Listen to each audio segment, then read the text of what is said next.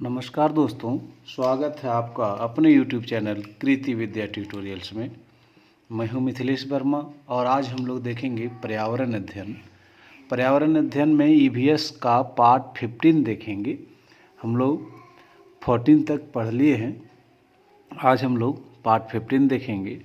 ये वीडियो उन लोगों के लिए काफ़ी महत्वपूर्ण है जो JTET की तैयारी कर रहे हैं, CTET की तैयारी कर रहे हैं या किसी भी स्टेट के टेट की तैयारी कर रहे हैं, उन लोगों के लिए काफ़ी महत्वपूर्ण है।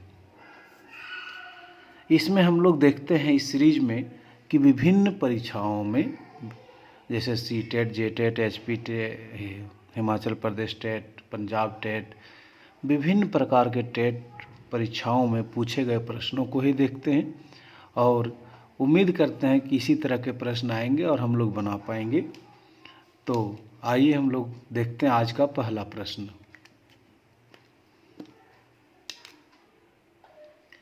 पहला प्रश्न है, मूल्यांकन का मुख्य उद्देश्य होता है। मूल्यांकन का मुख्य उद्देश्य केवल परीक्षा करवाना, अनुशासन बनाए रखना। तीसरा है केवल प्रश्न पत्र बनवाना।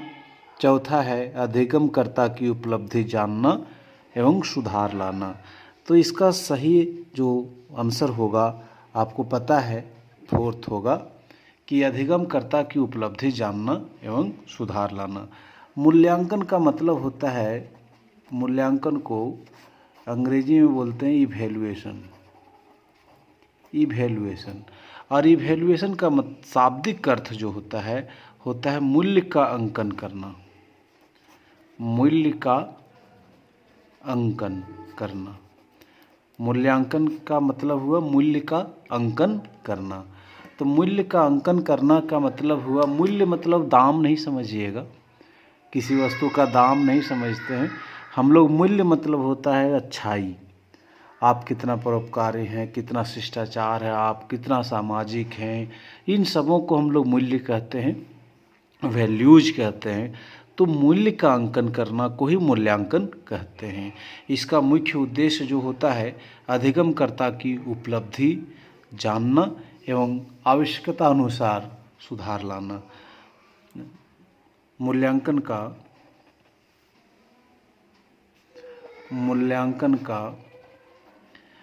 मुख्य उद्देश्य है अधिगमकर्ता की उपलब्धि जानना एवं आवश्यकता अनुसार सुधार करना।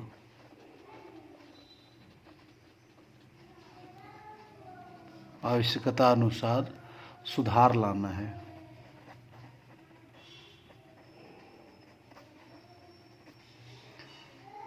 तो मित्रों, पहला क्वेश्चन हम लोग देख लिए। नेक्स्ट प्रश्न है कि निम्न में कौन सी क्रिया विज्ञान शिक्षण में पाठ्य सहगामी है। तो पाठ्य सहगामी क्रिया कौन है, इसमें विज्ञान शिक्षण में कौन सी क्रिया पाठ्य सहगामी है। पाठ्यपुस्तक, विज्ञान क्लब, श्रव्य दृश्य सामग्री या श्यामपट्ट। तो इसका जो सही आंसर होगा आपका होगा विज्ञान क्लब। आंसर 2 होगा। तो विज्ञान क्लब क्या है, विज्ञान शिक्षण में पाठ्य सहगामी क्रिया है। तो इसका सही आंसर होगा आपका दूसरा। तीसरा है, पानी में से अशुद्धि, दही से मक्खन, गेहूं से छोटे छोटे कंकड़ आदि को अलग करने की क्रिया को कहते हैं। पृथक्करण, मिश्रण, छानना या ऊर्ध्वपातन। तो पृथक्करण कहलाएगा। इसका सही आंसर होगा पृथक्करण। पृथक्करण इसमें क्या होता है कि आप गेहूं जैसे है ना, गेहूं से छोटे छोटे कंकड़ को निकालना, उसको कहते हैं पृथक्करण, हैंड सेपरेशन मेथड। इसमें हम अलग कर सकते हैं और इसलिए सही आंसर इसका होगा पहला। मिश्रण मतलब होता है कि 2 या 2 से अधिक को किसी भी अनुपात में मिलाने पर जो बनता है, किसी भी अनुपात में मिलाने पर जो 2 या 2 से अधिक वस्तु को किसी भी अनुपात में मिला देंगे तो उसको कहते हैं मिश्रण। छानना और ऊर्ध्वपातन होता है कि ऊर्ध्वपातन में हम लोग जानते हैं कि इसमें सीधा ठोस सीधा गैस में, ठोस गैस में बदलना कहलाता है ऊर्ध्वपातन। नेक्स्ट प्रश्न है कि निम्न में कौन सा कथन सही है? कौन सा कथन सही है? चार्ट एवं ग्राफ श्रव्य दृश्य सामग्री है। तो ध्यान दीजिएगा, दूसरा है श्रव्य दृश्य सामग्री छात्रों के लिए उपयोगी है। तीसरा है चार्ट का प्रयोग केवल सामाजिक विज्ञान में किया जाता है। चौथा है शिक्षण में कुशलता के लिए श्रव्य दृश्य सामग्री महत्वपूर्ण नहीं है। तो इसका जो सही आंसर होगा वह होगा आपका दूसरा नंबर सही है, बाकी सब गलत है। देखिए, हम लोग देखते हैं कि श्रव्य मतलब हम लोग जानते हैं, श्रव्य मतलब सुनना, सुन के पढ़ना, सुन के जानना, उसको कहते हैं श्रव्य। और दृश्य मतलब होता है देखना, देख के जानकारी प्राप्त करना, उसको कहते हैं श्रव्य। और श्रव्य दृश्य मतलब देखना भी और सुनना भी, सुनना और देखना दोनों, सुनना और देखना। तो इसका एग्जाम्पल होता है कि देख के जानकारी लेना, सुन के जानकारी लेना, मतलब ये आप सुन करके जानकारी लेना, मतलब रेडियो में समाचार वगैरह सुनना। देखना तो आप देख करके जो सीख लेते हैं उसको कहते हैं दृश्य। और सुनना और देखना दोनों, सुनना और देखना, जैसे टीवी में देखना में आपका आ जाएगा न्यूज़पेपर, आप हम लोग देख करके सीखते हैं किताब वगैरह से। और श्रव्य दृश्य सुनना भी और देखना भी, उसमें टीवी आता है, आपका कंप्यूटर आएगा, यूट्यूब आएगा। तो इन सभी को हम लोग श्रव्य मतलब सुनना, दृश्य मतलब देखना, श्रव्य दृश्य मतलब सुनना और देखना। तो इसमें से कौन सा कथन, देखिए, श्रव्य दृश्य सामग्री छात्रों के लिए उपयोगी है, बिल्कुल उपयोगी है। यदि हम लोग टीवी के माध्यम से पढ़ाते हैं तो उसमें सुनता भी है बच्चा और देखता भी है, तो यह काफ़ी उपयोगी हो जाता है आपका बच्चे का अधिगम क्षमता बढ़ाने में। तो श्रव्य दृश्य सामग्री से छात्रों में अधिगम क्षमता को बढ़ाया जा सकता है, अतः यह छात्रों के लिए बहुत उपयोगी सामग्री साबित हो सकता है, उपयोगी शिक्षण सामग्री हो सकता है। तो इसका सही आंसर होगा आपका दूसरा। नेक्स्ट है कि परीक्षण की वास्तविक रचना से पूर्व उसकी प्रारंभिक जांच कर लेनी चाहिए। वास्तविक रचना से पूर्व उसकी प्रारंभिक जांच कर लेनी चाहिए। इस प्रारंभिक जांच को कहते हैं परीक्षण की तैयारी, परीक्षण की योजना बनाना, पायलट स्टडी। चौथा है अंतिम प्रारूप। तो पायलट प्रोजेक्ट का नाम आप लोग सुने होंगे कि कोई भी योजना बनाना होता है, तो कोई भी न्यू चीज़ लॉन्च करना होता है तो उसको सबसे पहले छोटे एरिया में करके देखा जाता है। देश में लॉन्च करना है तो 1-2 राज्य में उसको पहले जांच करके देखते हैं, उसको क्रियान्वयन करके देखते हैं, और जिला में लाना हो तो ब्लॉक में क्रियान्वयन करके देखते हैं। तो इसको हम लोग कहते हैं पायलट प्रोजेक्ट के तहत उसको काम किया गया। तो परीक्षण की वास्तविक रचना से पूर्व प्रारंभिक जांच कर लेनी चाहिए, तो इसको कहते हैं पायलट स्टडी। और क्यों जांच करते हैं? ताकि कम से कम त्रुटियों की संभावना रहे। तो परीक्षण की वास्तविक रचना से पूर्व उसकी प्रारंभिक जांच करनी चाहिए, ताकि त्रुटियों की संभावना कम से कम हो। और इस प्रारंभिक जांच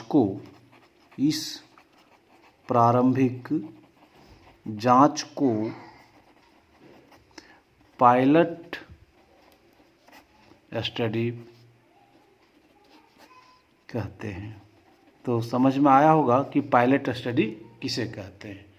नेक्स्ट है कि निम्न में से कौन सा, पिछला प्रश्न अधूरा था इसलिए हम लोग आगे देखते हैं। कहता है कि विश्व पर्यावरण दिवस मनाया जाता है। विश्व पर्यावरण दिवस कब मनाया जाता है? 27 मई को, 21 मई को, 5 जून को और 14 नवंबर को। तो हम लोग जानते हैं कि 5 जून को विश्व पर्यावरण दिवस मनाया जाता है और आज भी संयोग से आज 5 जून है और आज विश्व पर्यावरण दिवस मनाया जा रहा है।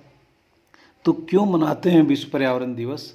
तो ध्यान दीजिएगा, पर्यावरण के प्रति जागरूकता फैलाने के लिए पर्यावरण के प्रति जागरूकता फैलाने के लिए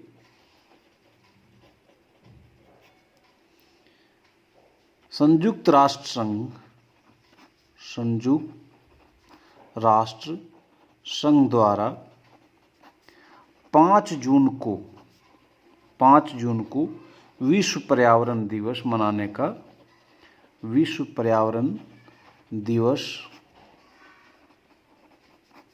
मनाने का निर्णय लिया गया।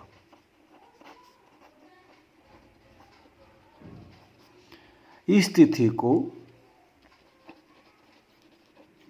5 जून को कहिए, इस तिथि को 1972 में पर्यावरणीय मुद्दे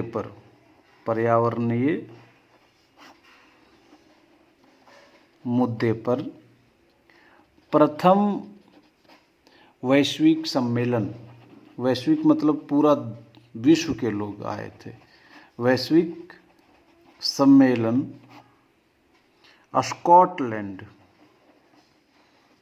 स्कॉटलैंड में आयोजित किया गया था। ध्यान दीजिएगा कि स्कॉटलैंड में आयोजित किया गया था। तो मित्रों ये समझ गए होंगे। चौथा है कि जलीय जंतुओं में श्वसन होता है फुसफुस द्वारा, फेफड़ों द्वारा, वायुकोश द्वारा या गलफड़ों द्वारा। तो जलीय जंतु में है ना, जो श्वसन की क्रिया होती है वह गलफड़ों के द्वारा होता है, जैसा कि मछली में। तो जलीय जंतुओं में श्वसन की क्रिया गलफड़ों द्वारा होती है, जैसा मछली में। ये ध्यान दीजिएगा, हम लोग जानते ही हैं इसको। नेक्स्ट है कि राष्ट्रीय झंडे के बारे में निम्न कथनों का सावधानीपूर्वक अवलोकन कीजिए। पहला है, सबसे ऊपर केसरिया रंग त्याग एवं बलिदान का प्रतीक है। दूसरा, बीच में सफ़ेद रंग शांति का प्रतीक है। तीसरा, मध्य में चक्र शांति एवं खुशहाली का प्रतीक है और नीचे हरा रंग शांति एवं खुशहाली का प्रतीक है। उपरोक्त कथनों के बारे में निम्न सत्य है। तो आप इसमें से देखना होगा कि कौन सत्य है। इसमें पहला कहता है 1, 2, 3 सत्य है एवं 4 गलत है। दूसरा 1 से 4 सत्य है। तीसरा है 1, 2, 4 सत्य एवं 3 गलत है। इसमें 2, 3, 4 सत्य है एवं 1 गलत है। तो हम लोग देख लेते हैं क्या है सही क्या गलत है। इसको हम लोग सॉल्व करेंगे ऐसे कि सबसे ऊपर केसरिया रंग त्याग एवं बलिदान का प्रतीक है, ये सही है। बीच में सफ़ेद रंग शांति का प्रतीक है, यह भी सही है। मध्य में चक्र शांति एवं खुशहाली का प्रतीक है, नहीं, यह गलत है। नीचे हरा रंग शांति एवं खुशहाली का प्रतीक है। तो हमारा 1, 2 और 4 सत्य है और तीसरा गलत है। 1, 2, 4 सत्य है एवं तीसरा गलत है। तो हमारा करेक्ट आंसर जो होगा वह होगा तीसरा। तो अब हम लोग ये जानना चाहें कि मध्य में जो चक्र होता है वो किसका प्रतीक है। तो हम लोग राष्ट्रगान में गाते हैं, कहता है यह चक्र हमारा कदम कभी न रुकेगा। चक्र के बारे में कहा गया है, झंडे में बना चक्र जो होता है झंडे में बना चक्र प्रगति का सूचक माना गया है। प्रगति का सूचक माना गया है। तो इसीलिए तीसरा नंबर जो है वह सही है, गलत है। तो हमारा पहला, दूसरा और चौथा सही है, जबकि तीसरा गलत है। इस तरह से जो हमारा आंसर होगा वह तीसरा सही होगा। नेक्स्ट है कि वातावरण के अनुरूप पौधों एवं जंतुओं में पाए जाने वाले शारीरिक लक्षणों को कहते हैं। परजीविता, अनुकूलन, रूपांतरण, इनमें से सभी। तो इसका जो सही आंसर होगा वह होगा दूसरा, अनुकूलन। वातावरण के अनुरूप पौधों एवं जंतुओं में पाए जाने वाले शारीरिक लक्षणों को अनुकूलन कहते हैं। जैसे कि आप देखते होंगे कि ऊंट जो है रेगिस्तान में रहने के लिए अनुकूल है, उसका जलवायु वहाँ का अनुकूल है, शारीरिक लक्षण उसमें विद्यमान है जो वहाँ रहने के लिए आवश्यक है। क्योंकि ऊंट जो होता है वह रेगिस्तान में रहता है, उसके पैर गद्देदार होते हैं, इसीलिए बालू पर आसानी से तेज़ी से चल लेता है। उसके कुबड़ होते हैं जिसमें पानी को स्टोर रख लेता है, पानी से वो बहुत दिनों तक उसको यूज करता है। तो कहिए कि बिना पानी पिए बहुत दिनों तक रह सकता है। तो ऊंट जो है रेगिस्तान के लिए अनुकूलित है। तो उस तरह के शारीरिक लक्षणों, इसलिए कहा गया है जंतुओं में पाए जाने वाले शारीरिक लक्षणों को क्या कहते हैं? अनुकूलन कहते हैं। तो इसका सही आंसर होगा वह होगा दूसरा। तो वातावरण के अनुरूप पौधों एवं जंतुओं में पाए जाने वाले शारीरिक लक्षणों को अनुकूलन कहते हैं। लिख सकते हैं कि वातावरण के अनुरूप पौधों एवं जंतुओं में पाए जाने वाले शारीरिक लक्षणों को अनुकूलन कहते हैं। अनुकूलन।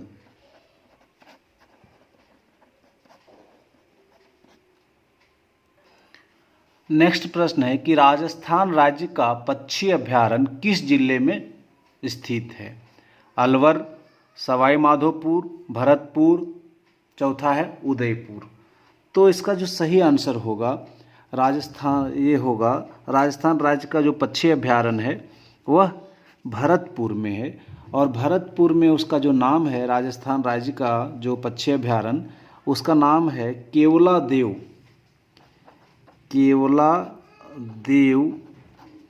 पक्षी विहार। यही है, भरतपुर में केवला देव पक्षी विहार है और यह भरतपुर जिले में स्थित है। केवला देव पक्षी विहार को 1971 में संरक्षित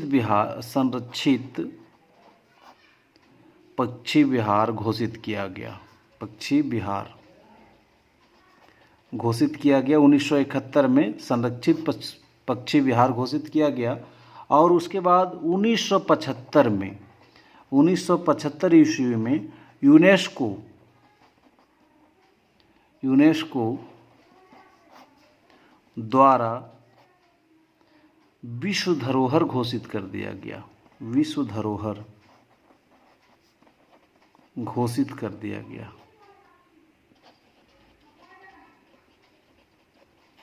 तो केवला देव पक्षी विहार भरतपुर में, और भरतपुर कहाँ है? तो राजस्थान में है। और इसके बारे में हम लोग देख लिए। नेक्स्ट है कि निम्न में से कौन सा कथन वायु के संबंध में सही नहीं है? वायु मतलब एयर के बारे में कौन सा कथन सही नहीं है? ध्यान दीजिएगा, जो सही नहीं है उसको हम लोग नोटिस करेंगे। तो निम्न में कौन सा कथन वायु के संबंध में सही नहीं है? तो जो सही नहीं है उसको हमको बताना है। वायु में भार होता है, बिल्कुल होता है, यह सही है। वायुयान उड़ते हैं, ये भी सही है कि वायुयान उड़ते हैं, ये भी सही है। वायु स्थान घेरती है, यह भी सही है। वायु में रंग होता है, यही गलत है। वायु रंगहीन गैस है। तो इसका जो सही आंसर होगा वह होगा चौथा, वायु विभिन्न गैसों का मिश्रण है। वायु विभिन्न गैसों का मिश्रण है, कहिए कि मिक्सचर है। यह जो होता है रंगहीन होता है, इसका कोई रंग नहीं होता है, यह रंगहीन होती है, यह रंगहीन होती है। यह स्थान भी घेरती है, स्थान घेरती है, तथा वायु में भार भी होता है, वायु में भार होता है। तो इसका जो सही आंसर हुआ ना वह हुआ चौथा। नेक्स्ट है कि घड़ी के स्प्रिंग में संग्रहित ऊर्जा है ऊष्मा ऊर्जा, यांत्रिक ऊर्जा, प्रकाश ऊर्जा या विद्युत ऊर्जा। तो घड़ी के स्प्रिंग में जो ऊर्जा संग्रहित होता है वह है यांत्रिक ऊर्जा। ऊष्मा ऊर्जा नहीं होगा, प्रकाश ऊर्जा नहीं होगा और विद्युत ऊर्जा भी नहीं होगा। तो इसका जो सही आंसर होगा वह है यांत्रिक ऊर्जा। नेक्स्ट है कि पीने के पानी में रोगाणुनाशक डालते हैं। रोगाणुनाशक के रूप में हम लोग क्या डालते हैं?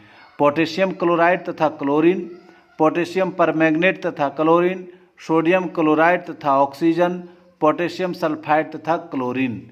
तो इसमें जो इसका जो सही आंसर होगा, पानी को रोगाणुनाशक करने के लिए पानी में रोगाणुनाशक जो डालते हैं वह हम लोग डालते हैं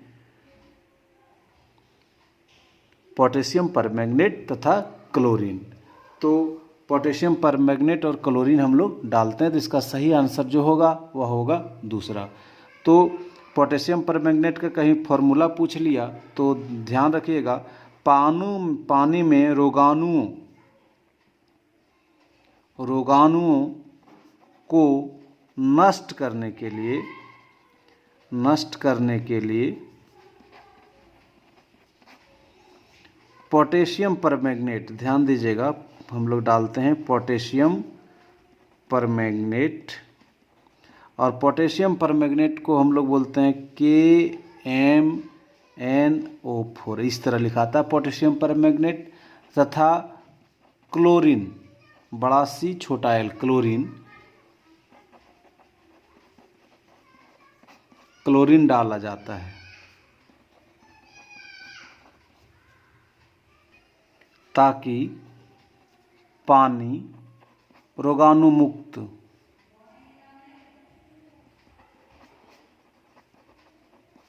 हो सके। तो हम लोग पानी को रोगाणुमुक्त करने के लिए पोटेशियम परमैंगनेट तथा क्लोरीन डालते हैं। नेक्स्ट है, छोटी माता एवं रेबीज रोग का कारण होता है। छोटी माता और रेबीज रोग का कारण होता है प्रोटोजोआ, वायरस, बैक्टीरिया या नीमेटोड। तो छोटी माता एवं रेबीज रोग का कारण क्या होता है? वायरस होता है। सही आंसर होगा आपका दूसरा। तो हम लोग थोड़ा देख लें कि वायरस के से क्या क्या हो सकता है। वायरस से हमारा यहाँ पर जो है, वायरस से आपका जो हो जाएगा वह छोटी माता, एड्स भी वायरस से होता है, ध्यान रखिएगा। और रेबीज भी जो है वह वायरस के कारण होता है। वायरस मतलब विषाणु से होता है। और आप ध्यान दीजिएगा कि प्रोटोजोआ से क्या होता है। प्रोटोजोआ से कौन कौन बीमारी होगा वो आप देख लीजिए। प्रोटोजोआ यदि से आपका एक डायरिया होता है, डायरिया, पेचिस, ये सब जो बीमारी है वह आपका प्रोटोजोआ से होता है। और बैक्टीरिया से जो होता है आपका, बैक्टीरिया भी है यहाँ पर देख रहे हैं बैक्टीरिया, तो बैक्टीरिया के कारण जो होगा तो वह होगा टाइफाइड। बैक्टीरिया के कारण होता है टाइफाइड। तो इसको ध्यान रखिएगा कि मान लीजिए पूछ दिया कि पेचिस किसके कारण होता है, तो आपका प्रोटोजोआ के कारण होता है। वायरस से आपका छोटी माता, एड्स और रेबीज, ये सब बीमारी होगा। नेक्स्ट है कि हम भोजन करते हैं एवं पाचन होता है। इस पचित भोजन के उपयोगी पदार्थों का अवशोषण होता है। कहाँ पर? छोटी आंत की दीवार से, अमाशय की दीवार से, बृहद आंत की दीवार से या यकृत में।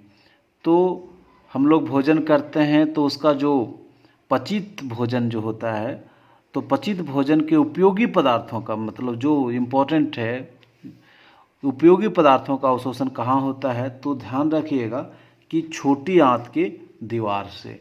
इसका आंसर होगा छोटी आंत के दीवार से। शरीर में पचे हुए भोजन के उपयोगी पदार्थों का अवशोषण छोटी आंत के दीवारों से होता है।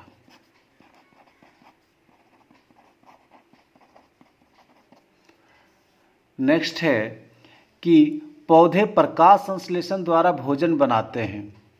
प्रकाश संश्लेषण क्रिया में निम्न आवश्यक होते हैं। क्या क्या आवश्यक होते हैं देखते हैं। ऑक्सीजन, शर्करा, सूर्य का प्रकाश एवं जल। दूसरा है ऑक्सीजन, जल, सूर्य का प्रकाश एवं पर्णहरित। तीसरा कार्बन डाइऑक्साइड, जल, सूर्य प्रकाश एवं पर्णहरित। चौथा है कार्बन डाइऑक्साइड, शर्करा, जल एवं सूर्य प्रकाश।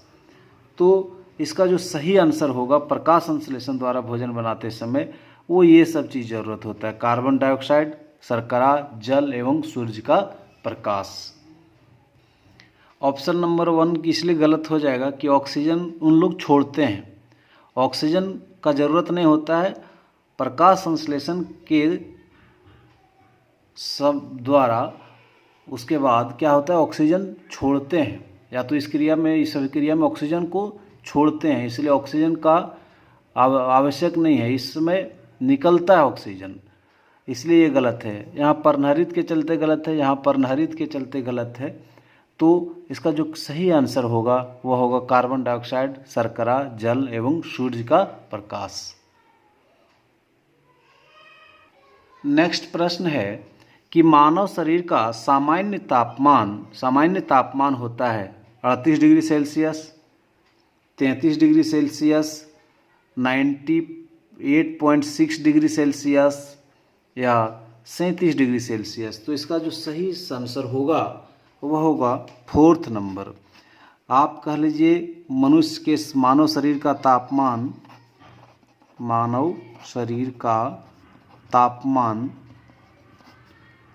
37 डिग्री सेल्सियस होता है। और ये देखिएगा 98.6 जो है ये कन्फ्यूजन के लिए दिया हुआ है। 90.8 होता है लेकिन वो फ़ारेनहाइट में होता है, फ़ारेनहाइट। तो यहाँ देखिए गलत कर दिया है, सेल्सियस दे दिया है, इसीलिए गलत हो गया। और यदि केल्विन में पूछ लेता तो 310 केल्विन। तो एक ही बात है, आप इसको सेल्सियस को फ़ारेनहाइट में चेंज कर लीजिए, सेल्सियस को केल्विन में चेंज कर लीजिए। आप ये ध्यान रखिएगा 37 डिग्री सेल्सियस होता है, ये 98.6 इससे होता है, लेकिन ये फ़ारेनहाइट में होता है। बस इसको थोड़ा सा देखना पड़ेगा ध्यान से। उदयपुर तथा भीलवाड़ा जिले में मिलने वाले खनिज हैं जस्ता, जिप्सम, गार्नेट एवं सोना। दूसरा है जस्ता, सीसा, चांदी एवं तांबा। तीसरा है सीसा, चांदी, टंगस्टन एवं तांबा। चौथा है चांदी, रॉक फॉस्फेट, टंगस्टन तथा जिप्सम। तो उदयपुर तथा भीलवाड़ा में जो पाया जाता है वह पाया जाता है जस्ता, सीसा, चांदी तथा तांबा। ये प्रचुर मात्रा में पाया जाता है। तो सही आंसर होगा आपका दूसरा। ये सभी प्रश्न आपका राजस्थान टेट में पूछा गया प्रश्न है। राजस्थान टेट में पूछे गए प्रश्नों को हम लोग देख रहे हैं। राजस्थान के किस जिले में पेट्रोलियम निकाला जाता है? राजस्थान के किस जिले में पेट्रोलियम निकाला जाता है? तो इसका सही आंसर है 4th बाड़मेर, भरतपुर, 12 जोधपुर या बाड़मेर। तो बाड़मेर में राजस्थान के बाड़मेर में पेट्रोलियम निकाला जाता है। और बाड़मेर जिला के, ध्यान दीजिएगा, बाड़मेर जिला के मंगला क्षेत्र में वेयर्स इंडिया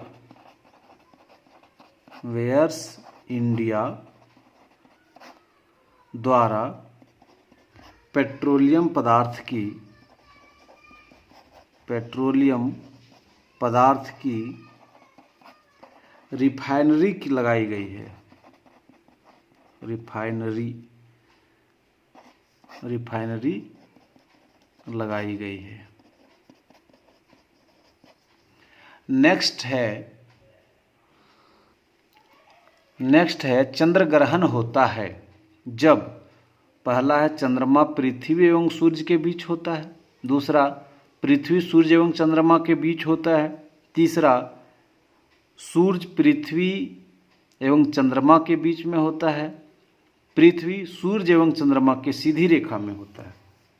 कंफ्यूजिंग है, तो इसका सही आंसर जो होगा वह होगा दूसरा, सूर्य पृथ्वी जो है सूर्य एवं चंद्रमा के बीच में होता है, तब चंद्र ग्रहण होता है। इसको हम लोग थोड़ा सा लिख लेते हैं बढ़िया से, कंफ्यूजन है इस प्रश्न में।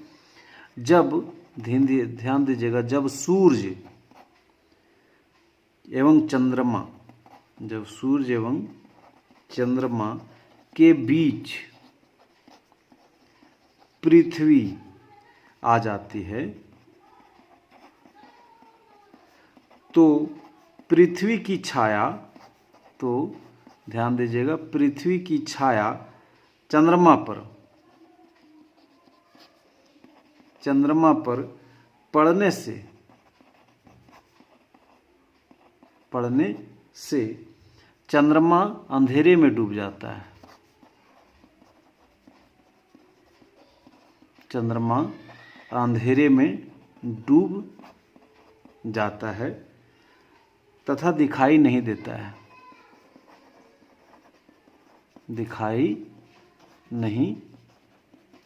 है। यह स्थिति क्या कहलाता है? यह स्थिति चंद्र ग्रहण कहलाती है।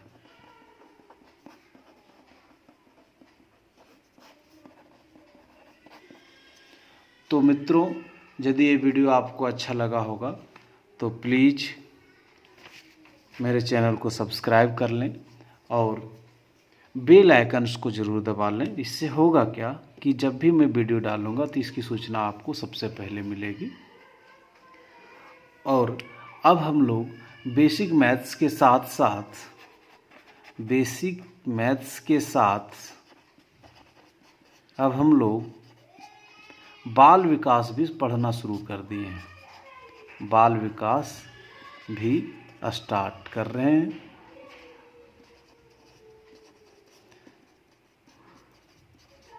तो मैं बेसिक मैथ्स के साथ साथ सब बाल विकास भी चलेगा। तो मित्रों, आज यहीं तक, फिर मिलते हैं अगले वीडियो में।